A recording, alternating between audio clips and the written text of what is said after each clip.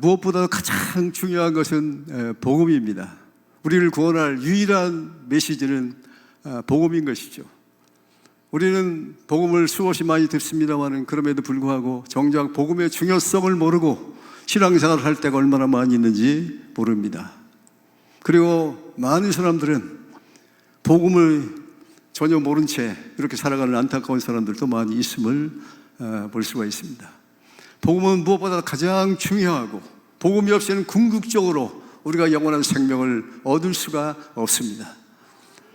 복음 없는 인생은 결국 실패한 인생, 허무한 인생, 소망이 없는 인생, 불행한 인생이 될 수밖에 없습니다. 노년기에도 생의 위기를 맞이했을 때에도 정말 우리에게 필요한 것은 복음인 것이죠. 그럼 우리는 다시 복음 앞에 서야 합니다.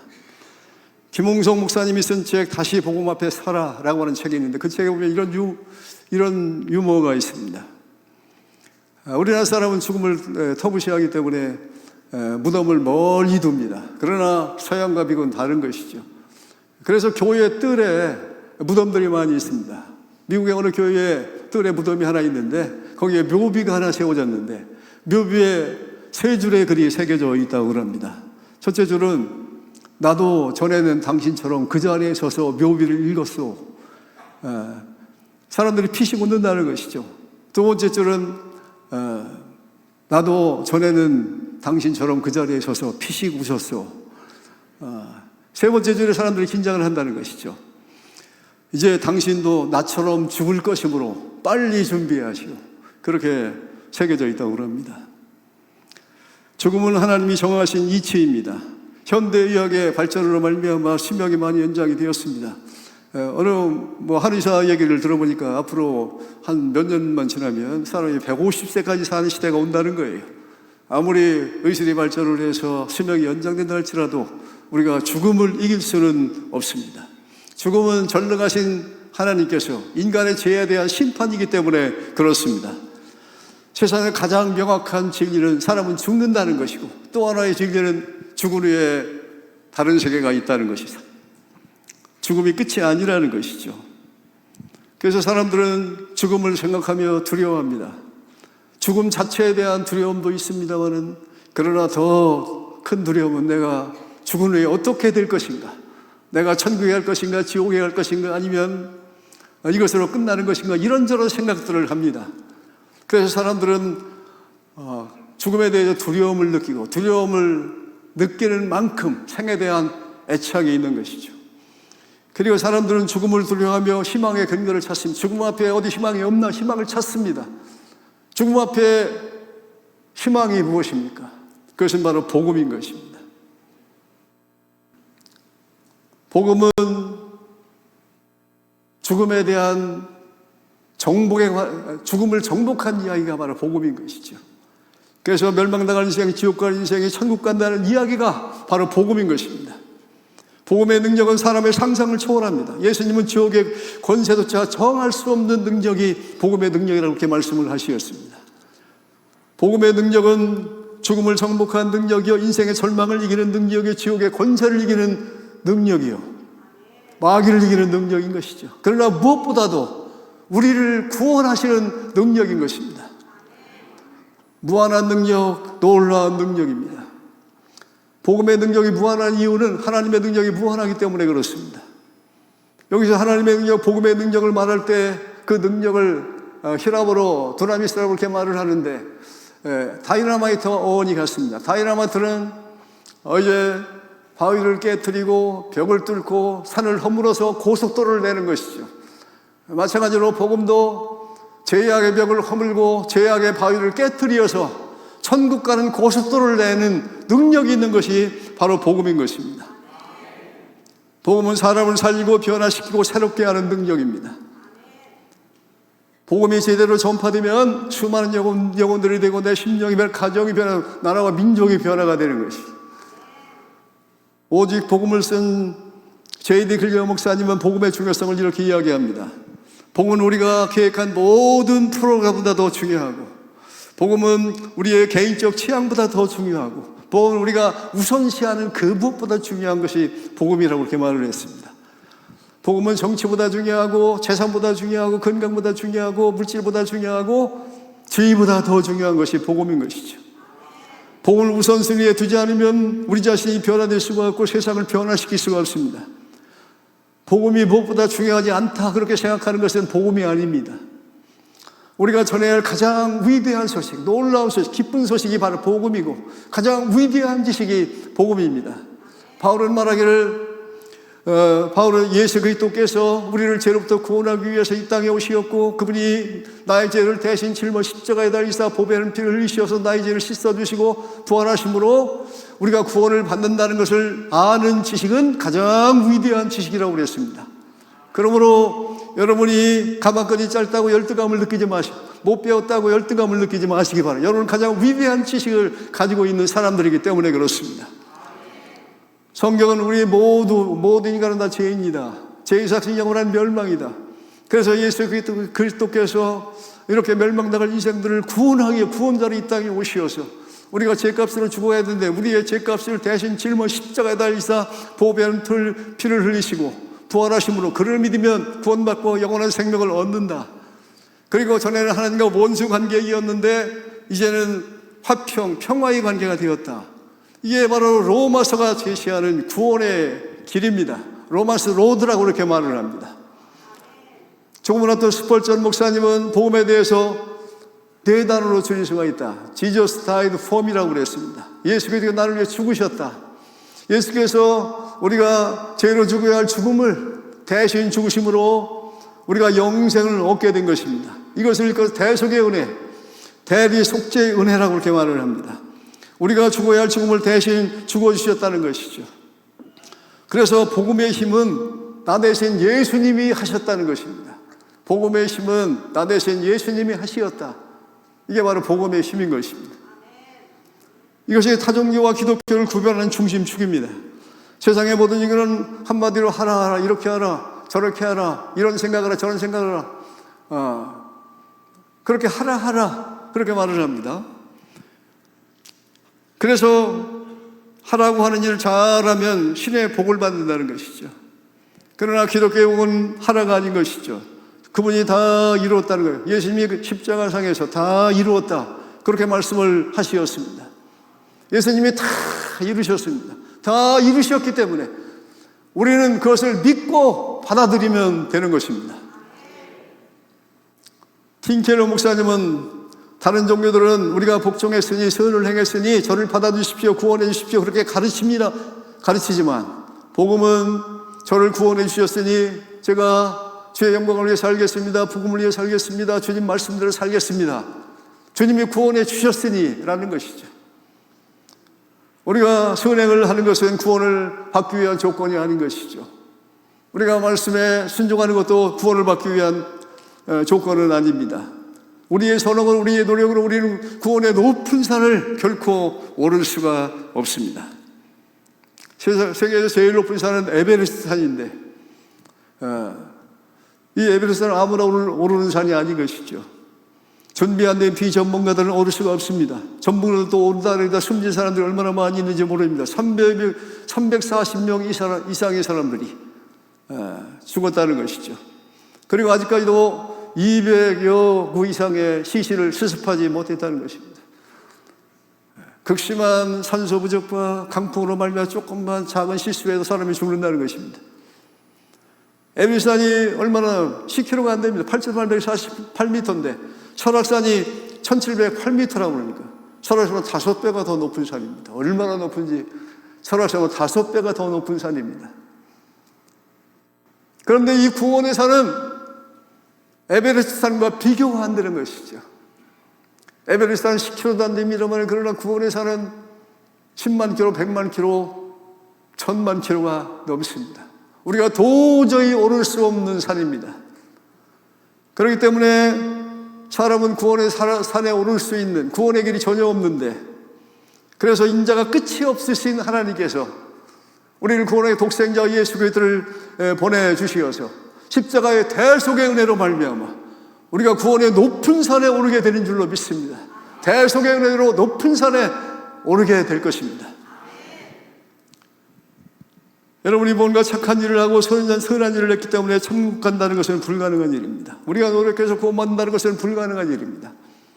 타종교는 다 내가가 주어인 것이죠. 그러나 기독교 신앙은 하나님의 은혜로 예수님의 십자가의 사랑으로 구원을 받습니다.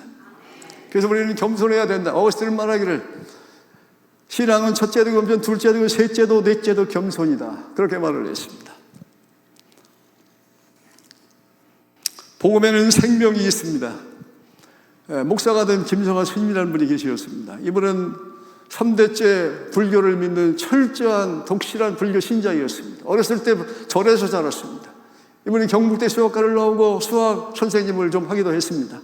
나중에 스님이 되는데 불교 스님이 된 다음에 불교 세계를 보니까 너무 타락했다라고 하는 것을 깨닫고 정화운동을 하는 것이죠.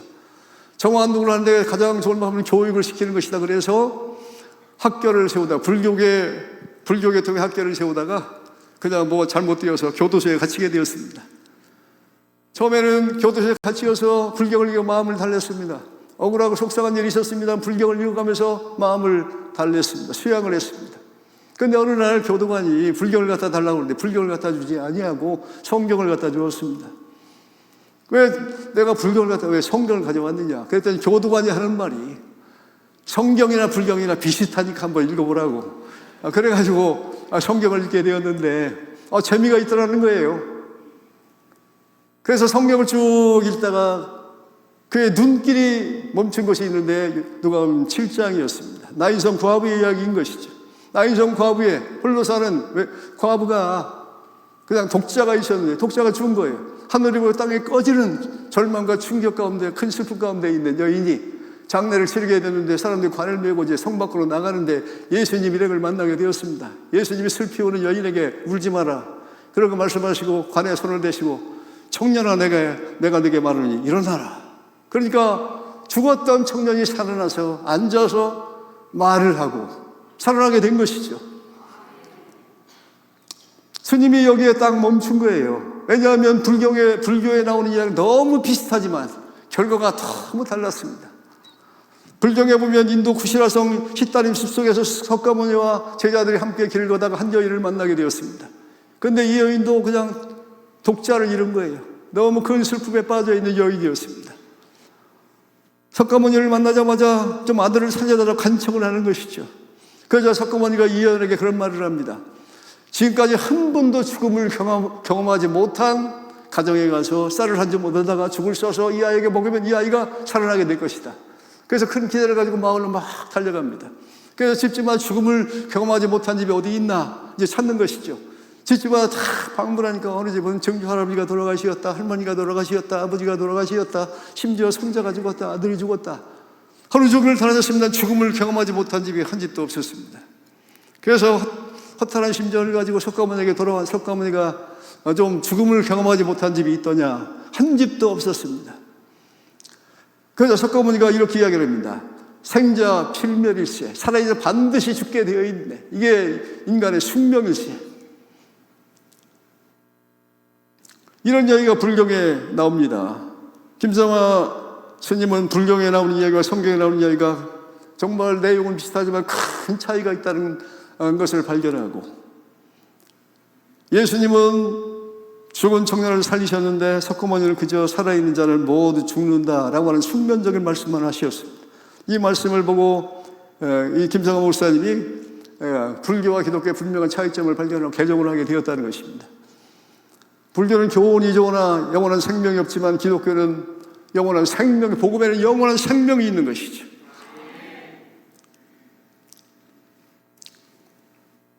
복음에는 생명이 있습니다. 우리가 복음을 전해 영혼들이 구원되는 것이죠. 그러므로 우리는 복음을 전파해야 합니다. 참 생명이 있는 사람은 복음을 전하지 아니할 수가 없습니다. 우리가 복음을 전해야 내 심령이 살고 우리 조양교회가 살고 나라와 민족이 삽니다. 복음을 전해야 사는 것이죠. 복음을 전해야 생명력 있는 교회가 되는 것이죠. 갈릴리 호수는 살아있는 호수입니다. 수원주는 저 헐몬산에서 물을 받아, 북쪽 요단강을 때 물을 받아가지고 남쪽 요단강을 흘러보냅니다. 받았으니 주는 것이죠. 그래서 이 갈릴리 호수 살아있는 호수입니다. 이스라엘의 생명의 젖줄인 것이죠. 그래서 이스라엘 전역에 식수와 그리고 농업용수를 공급을 합니다. 그 주변에는 과일들이 열매를 맺고 꽃이 피고, 그리고 주변에는 수많은 마을들과 도시가 형성되어 있습니다. 살아있는 호수인 것이죠. 끊임없이 나눠지니까 살아있는 호수가 되는 거예요. 그러나 사회는 받기만 하고 주지 않으니까 아무런 생물도 살 수 없는 죽은 바다가 되어버리고 말았습니다. 우리도 복음을 전하지 않으면 죽은 교회가 되는 것이죠. 죽은 심령이 되는 것이죠. 우리가 복음을 전해야 생명력이 있고 우리가 영혼들을 구원할 수가 있습니다. 갈릴리 호수는 예수님의 주활동 무대였습니다. 예수님의 숨결을 느낄 수 있는 것이 바로 치유와 복음과 생명이 있는 것이 갈릴리 호수였는데, 우리가 줘야 우리 교회가 더욱더 살아있는 교회가 될 줄로 믿습니다. 예수님께 제자들에게 너희는 가서 모든 민족의 세례를 주라고 그렇게 말씀했습니다. 모든 민족을 제자로 삼아 아버지 아들과 성령의 이름으로 세례를 베풀고 내가 너희가 분부한 모든 것을 가르쳐 지키게 하라. 이건 지상명령이라 이렇게 말을 하는데, 이것은 뭐 지켜도 되고 안 지켜도 되는 명령이 아니라 반드시 지켜라 하는 그런 명령입니다. 땅끝까지 복음을 전하라. 그렇게 명령을 할 때에 정말 제자들에게 이런 명령을 했는데 이게 현실적입니까? 그런 명령을 받을 만한 제자들이 그런 능력이 있는 사람들이었습니까? 예수님의 제자들을 보십시오. 베드로, 안드레, 그리고 요한과 야고보 등 대부분의 제자들이 다 어부들이었는데, 정말 갈릴리, 이방 갈릴리라고 하는 정말 천대받는 지역, 그리고 그들은 학문이 없는 사람이었습니다. 이런 학문이 없는 사람들에게 땅끝까지 복음을 전파하라. 이게 있을 수 있는 일입니까? 현실성이 없습니다. 그리고 그 당시에는 복음을 전할 때 무서운 박해와 환란이 있었습니다. 그런데 이렇게 연약한 제자들에게 이 복음을 땅까지 전하라. 그런데 제자들이 어떻게 했습니까? 120명과 마가다라 방에 모여 전심으로 기도합니다. 성령의 바람처럼 불꽃처럼 임했습니다. 성령을 받았습니다. 성령 충만한 베드로가 너희가 십자가에 못 박은 예수 그리스도께서 사흘 만에 부활하셨다. 예수 그리스도가 구세주다. 회개하라. 그럴 때 많은 사람들이 3,000명의 사람들이 회개하고 죽게 돌아오는 놀라운 역사가 일어나게 되었습니다. 본래 학문이 없는 도미를 알았다가 공부하지 못한 무식한 사람을 알았는데 정말 너무나 명확하게 예수 그리스도에 대해서 전파하는 그런 모습을 보면서 사람들이 깜짝 놀랐습니다. 사도행전 1장부터 28장까지의 기간을 보통 30년으로 봅니다. 그러면 사도행전 처음 시작할 때는 120명으로부터 시작이 된 것이죠. 그런데 30년 후에 학자들이 연구하면 교인 수가 10만 명이 되었다는 거예요. 그리고 더 나아가서 예루살렘과 유대와 사마리아를 뛰어넘어 히라권에도 복음이 전파되어 수만 명의 사람들이 예수를 믿는 사람들이 생겨나게 되었는데, 그 당시에 인구 밀도나 교통 수단을 고려하면 인간의 힘은 도저히 불가능한 역사라는 것이죠. 누구의 역사입니까? 성령의 역사였습니다. 사도행전의 부흥과 능력은 성령이 주도한 것이었습니다. 그렇기 때문에 철저하게 성령님을 의지하고 성령님의 도우심을 구하고 성령 충만을 간구할 수 있는 우리가 되어야 될 줄로 믿습니다. 요한에서 19명의 자녀들 가운데 15번째 아들로 태어났습니다. 그 어머니는 철저히 교육을 하루도 빠짐없이 매일같이 기도하고 아이들을 앉혀놓고 성경을 읽고 계단에 앉혀 성경을 가르칩니다. 그런데 요한에서가 10살이 되었을 때 런던의 차더하우스 학교에 입학을 하면서 이 철저히 교육식 어머니와 헤어지게 되었습니다. 그 후로가 웨슬리가 런던에 가서 신앙에 해이해지고 형식적인 신앙생활을 합니다. 그리고 옥스퍼드 대학에 들어가서도 그런 형식적인 신앙을 하나님과 점점 멀어지기 시작을 했습니다. 그런데 어느 날 숨이 막힐 정도로 코에서 계속 코피가 흐릅니다. 멈추지 않고 계속 코피가 흐릅니다. 입에서는 피를 토합니다. 이게 하루가 아니고 계속해서 밤마다 이렇게 코피를 쏟았습니다. 정말 몸이 몹시 쇠약해지고 죽을 것 같은 그런 상황에 이르게 되었습니다. 그때 웨슬리는 깨달았습니다. 내가 왜 이렇게 어려움을 당하는가? 그것은 내가 이렇게 런던에 와서 형식적인 신앙생활 하나님과 멀어져서 하나님의 징계의 채찍이다, 사랑의 채찍이다 라고 하는 사실을 깨닫고 그가 해결을 했습니다. 그리고 어렸을 때 나도 아버지처럼 훌륭한 목사가 되겠다 하나님 앞에 서약을 했는데, 그 서약이 생각이 나서 그 서약이 다가와서 제가 목사가 되겠습니다, 그렇게 결단을 했습니다. 그래서 그는 하루에 매일같이 2시간씩 기도를 했습니다. 그리고 22가지 규칙을 세워놓고 그 규칙을 지키기 위해서 몸부림을 쳤습니다. 그러는 중에 그가 버튼 박사의 추천으로 1735년 미국의 선교를 떠나게 됩니다. 선교를 떠나면서 그가 타는 회가 시문조호라고 하는 그런 배이었는데, 이제 대서양 한복판에서 어느 날 갑자기 하늘이 무너지듯 폭우가 쏟아지고 정말 태풍이 몰아쳤습니다. 집채만한 파도가, 정말 산더미 같은 파도가 몰려와서 배는 금방 뒤집혀서 죽을 것만 같았습니다. 여기저기서 비명소리가, 슬피 우는 소리가, 울부짖는 소리가 들리었고, 이 웨슬리도 나는 상업이 되겠구나, 그러면서 힘이 들려 부들부들 떨었다는 거예요. 그런데 어디선가 은은한 찬송 소리가 들리는 것이었습니다. 이 찬송을 들은 웨슬리는 너무나도 놀랍고 충격적이었습니다. 그들은 모라비아 성도들이었는데 찬송을 부르는데 전혀 죽음을 두려워하지 않은 너무나 평온한 모습이었습니다. 이 사건을 통해 자신은 나는 내가 구원을 받았다라고는 확신이 없다는 것을 깨달았습니다. 나는 구원받은 확신이 없다라는 사실을 깨닫게 되었습니다. 그리고 미국 가서 선교를 시작했습니다만 한 여인의 모함으로 미국 선교 실패를 하고 다시 영국으로 돌아옵니다.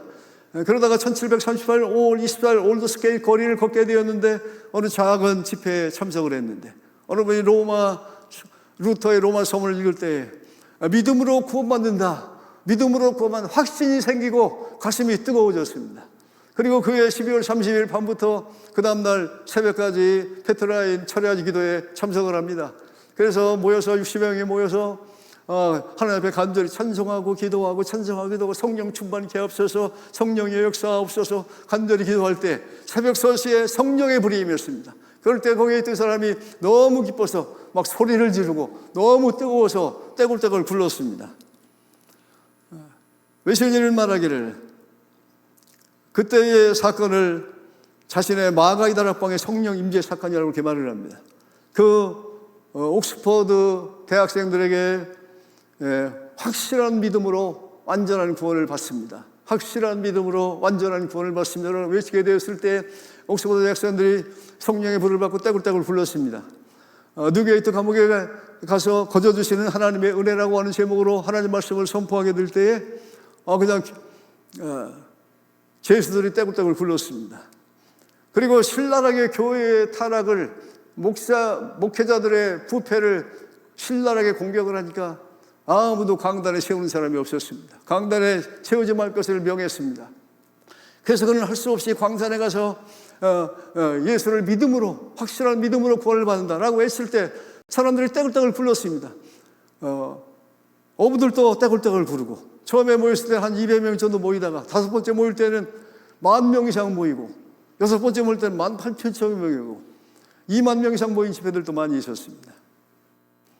그가 복음을 전함으로, 성령 충만의 복음을 전함으로 청기도와 성공회가 싸우면서 영적으로 캄캄하고 당시 산업혁명으로 혼란과 타락과 그리고 무질서한 영국 사회를 무혈혁명으로 구하는 놀라운 역사를 이루었습니다.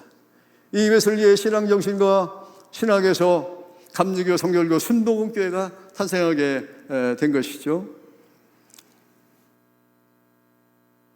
오늘 7월 첫째 주는 헤븐 페스티벌이 천국 축제입니다. 이 천국 축제는 낙심자, 장기결석자, 믿음이 약한 자들 불러서 예배를 드리는 그런 날인데, 로마서 15장 1절에 보면 강한 자가 약한 자를 담당해야 된다는 거예요. 교회는 강한 자도 있고 약한 자도, 여러분은 믿음이 좋은 믿음의 강자라고 그렇게 말을 할 수 있어요. 약한 자의 약점을 담당해야 된다는 것이. 우리나라 초기에 선지자들이 와서 우리나라 약점을 담당하며 복음을 전파했습니다. 교육이 부족하니까 학교를 세웠습니다. 감리교 선지자들이 이와 배와 그리고 배제 학교를 세우고, 평양 광성학교를 세우고, 또 의류 선지자들이 많이 왔습니다. 의류 선지자들 많이 온 것은 정말 큰 복인데, 세브란스를 세우고, 그리고 감리교회 통해 고대병원, 이대병원은 감리교통의 선교사들이 세운 병원들이고, 평양에도 많은 병원들을 세우고, 약점을 담당하며 복음을 전파하게 될 때 많은 영혼들이 구원되어지는 역사가 있었는데, 이제 믿음이 연약한 사람들을 여러분이 그들의 약점을 담당해야 됩니다. 그들을 돌봐야 됩니다. 그래서 7월 첫 주에 드리는 헤븐 페스티벌에 정말 이 예배당이 가득 차기를 바라고, 한 달 동안 찬양대도 열심을, 정말 우리 찬양대가 굉장히 발전한 것 같아요. 요즘 점점 찬양을 잘하시는 것 같은데, 찬양대도 좀 7월 첫째 주에 맞춰서 정말 성령 충만한 환상적인 찬양을 해주시기 바라고, 찬양단도 잘 준비를 해주시고, 예배당도 가득 채우고, 그래서 놀라운 천국잔치가 될 수 있기를 간절히 주의 이름으로 축원을 합니다. 찬송가 94장을 다 같이 부르겠습니다.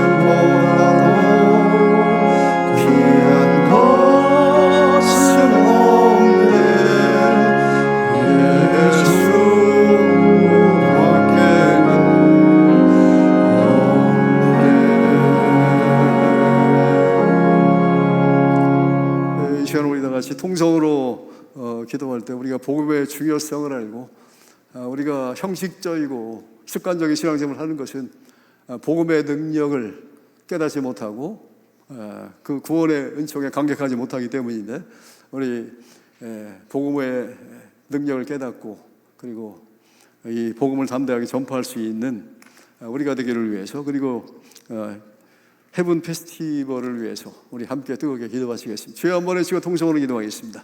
주여!